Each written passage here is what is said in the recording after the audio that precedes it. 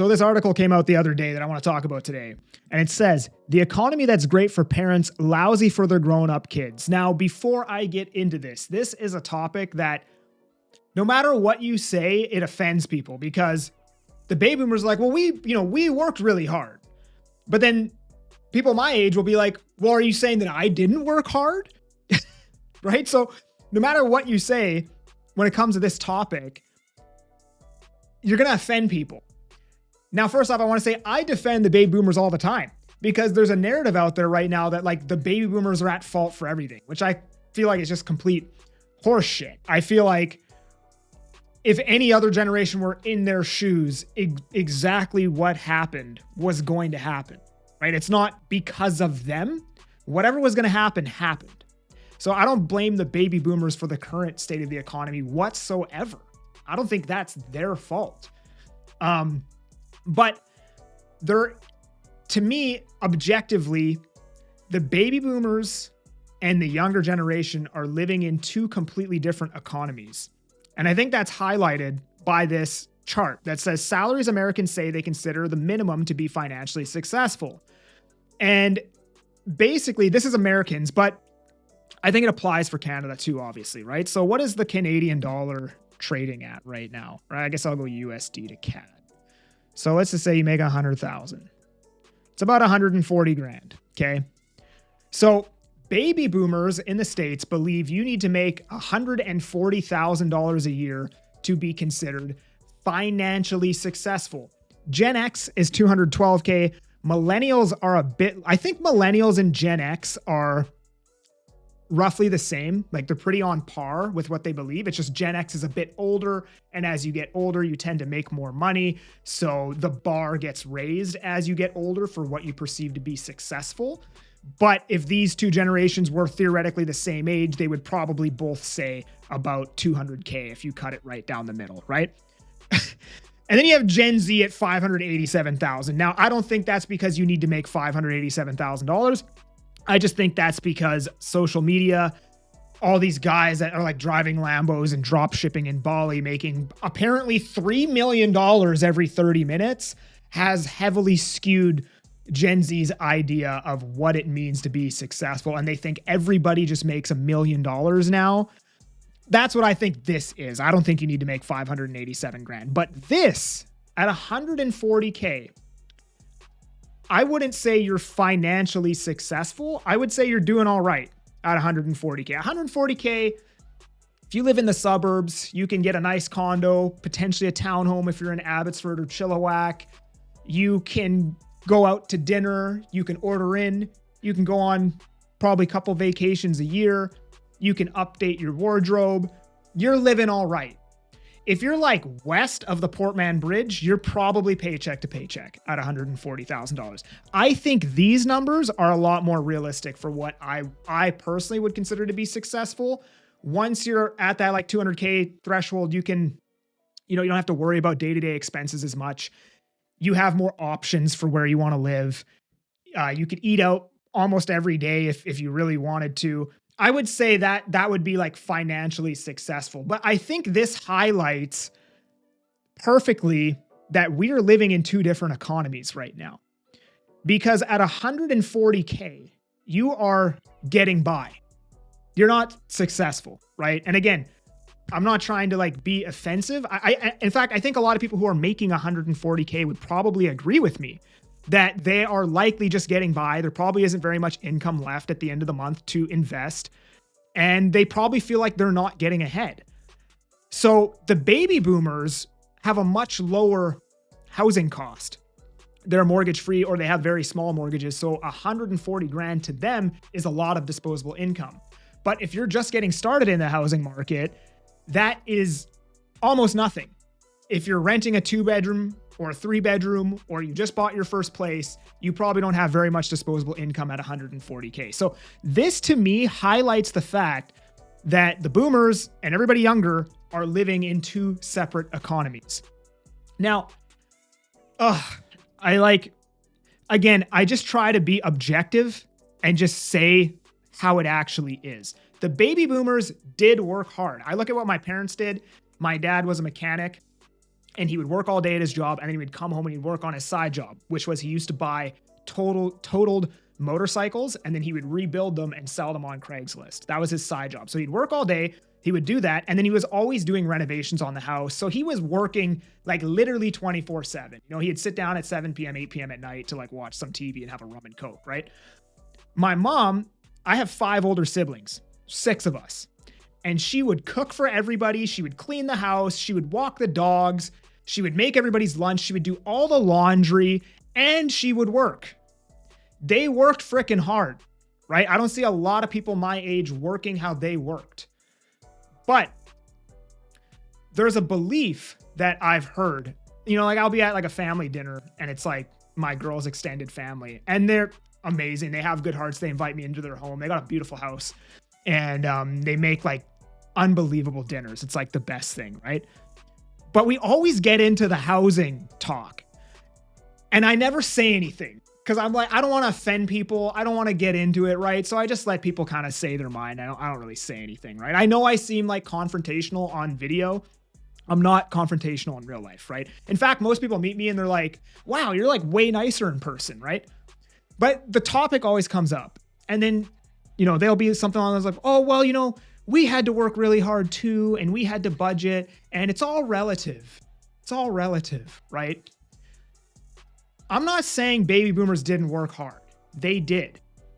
But if my generation were to work as hard as them, the quality of life experienced would be vastly, vastly different, okay? And I'm going to show you. I'm going to have some data to back up what it is that I'm saying, right? Because I don't think you could actually find any supporting data to say that it's all relative. I don't think you could. First off, this is incomes priced in gold. Now, this isn't 100% accurate because the price of gold fluctuates based on speculation and other things like that. So the median income can drop a lot if there's a lot of speculation happening in gold. But I think over a long time frame, it tells a story, okay? Because gold is the real measure of purchasing power. It's probably the best one that we have, right?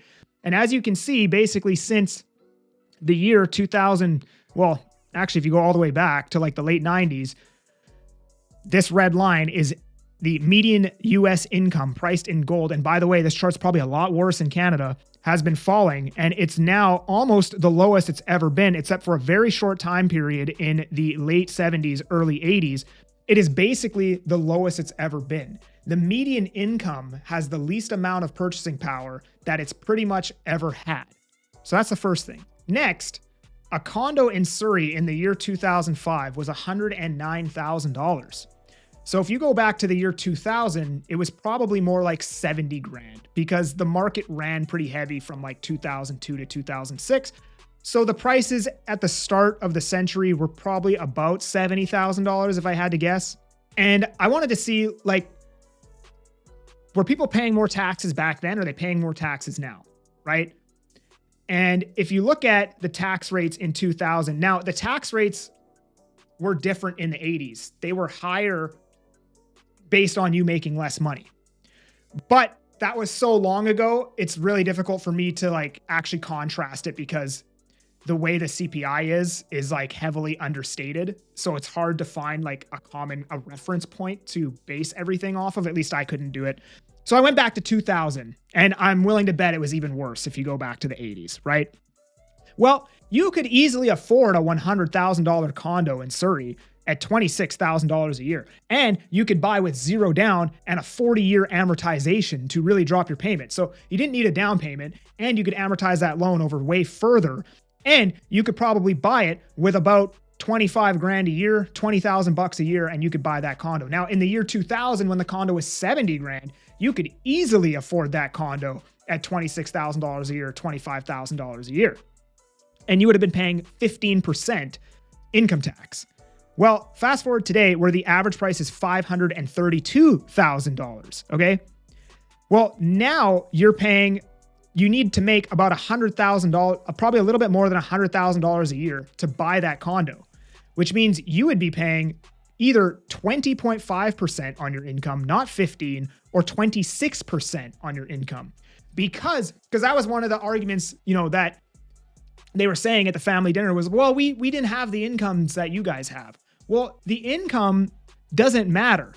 What matters is the purchasing power of that income. And in fact, if my income is way higher, but my purchasing power is lower, it's even worse because I'm going to be paying more tax on that income, which I think is perfectly highlighted here. You're going to be paying anywhere from 5 to 11% more tax for being able to buy that same condo today. And that's in conjunction with the fact that the cost of everything else outside of this condo has also gone up way more than my income. My income hasn't kept pace with the cost of all the commodities, the clothing, cars, anything else that I need to buy in my life. My income hasn't kept pace with that cost. So the cost of living is more expensive. The real estate is more expensive. And then, baby boomers will say, well, we had higher interest rates. You guys have much lower interest rates. Yeah, well, first off, I can't even save the down payment to buy the home because now I need $100,000, not nothing. But also, I have to pay way more tax on the income that I'm using to be able to purchase that home. I saw a post on Twitter a while ago, and it was like in Canada, it was either the 80s or the 90s, the median income priced in gold was about $400,000 a year.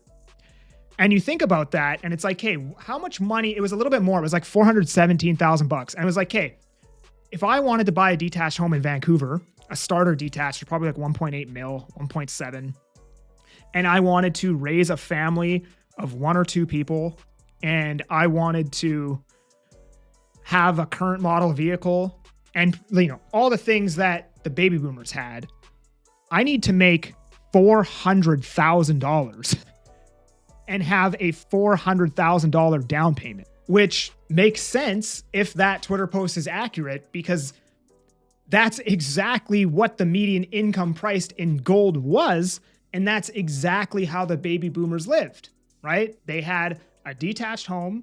A lot of them would work 40 hours a week at their job, and then they would do like chores and errands, and they would fix up the house and do renovations themselves. And they're very handy, and they would spend their off time doing that. But they would have their detached home. They would have their 2 cars. They would have a couple kids, like 2 to 4 kids, 2 to 5 kids. And all of that was easily affordable with the median income working, 40 hours a week at their job. Today, if I wanted to have that same exact lifestyle, I would need to make $400,000, which I don't even know what job in Canada is going to pay you $400,000 working 40 hours a week. It's not possible. You need to run a business. You need to take massive risk. You need to be very well educated. You need to do so many other things above and beyond what the average person is going to do in their life. You have to, it is objectively much, much harder to live a modest life today than it was in the 90s or 80s or 70s, or even the early 2000s. Now, that being said, I'm not complaining, because I've always had the mentality that if things only have value because other people can't have that thing, right? So if a detached home is next to impossible to have for somebody my age, and I end up getting that thing, that just means it's a much greater achievement. And there's probably a lot more status that comes with having that thing. So it has more meaning now that it's harder and less people can actually accomplish that. That's the mentality that I've approached this problem with personally, right? So I don't like the idea that, oh, it's impossible, so just give up. No, that just means it has so much more meaning when you actually accomplish that thing, and adds a lot more credibility and is a much better story for you to tell. But objectively, it is so much harder today than it was for the baby boomers, right? But I think today, it's also easier to live an extravagant life because you have so many more tools that you can leverage for your business, right? Like YouTube, what I'm doing, none of that existed when the baby boomers were around. They couldn't follow influencers and just learn stuff. They had to actually go to the library and find a book, which they probably didn't get a recommendation for. They just had to go there and like look for something that seemed interesting, get it and read it. So we have so much more tools available that it's easier to make an extravagant income and live an extravagant life. But to live a modest life, to raise a family, go to your job, live in a nice white picket fence, detached home. That is so much harder. Doing that is so much harder than it was in the baby boomer generation. Something else that I was having trouble locating is the fact that in Vancouver now, it's like 93% of pre-tax income goes to housing costs, which doesn't even make sense. That's pre-tax income. I don't even understand that. But I guess it would be because I don't even understand it. I don't know how that's the number, but that's the number. It's like 93%. Well, back in the day, it used to be 30%. For a long time, it was 30%. That was the acceptable amount of income that you would pay pre-tax towards your pre-tax income. Now it's insane. So you pay a crazy amount of housing costs towards your pre-tax income, and then you pay more tax on the income that you have because the incomes are way higher to be able to afford normal everyday life. So I'm not here saying that the baby boomers don't work hard. That's not at all what I'm saying, because they do work hard. But at the same time, let's get real, man. It is definitely way harder for younger people today. I don't think you could find any supporting data, or at least not enough, to argue that with me. But I'm not sitting here complaining. You know what I mean? I think that you can do it. I think it's very possible. I think there's so many tools available to you today that the baby boomers didn't have to get yourself out of that situation. And yeah, you're going to have to probably work harder to be able to have the same quality of life that they had. You're going to have to take more risk. You're going to have to invest more of your time, more time in education, more time working, probably. But when you accomplish whatever it is you want to accomplish, it's also going to have more meaning because less people can have that thing that you have. But anyways, that's my opinion on this. I think it's glaringly obvious that the older generation and the younger generation are living in two very different economies. And I think that's highlighted by the fact that the baby boomers believe 140K would make you successful. And again, you're doing well, but I don't think I would say you're financially successful. You know what I mean? At that income, because I'd say you're getting by in most parts of the lower mainland, at least. But yeah, that's my opinion on this. I know there's going to be some comments on this one, but if you enjoyed the video, subscribe. If you want to chat with me about buying or selling, link down in the description. Otherwise, I'm that Agent Kelly. I'm making moves to move you. Peace.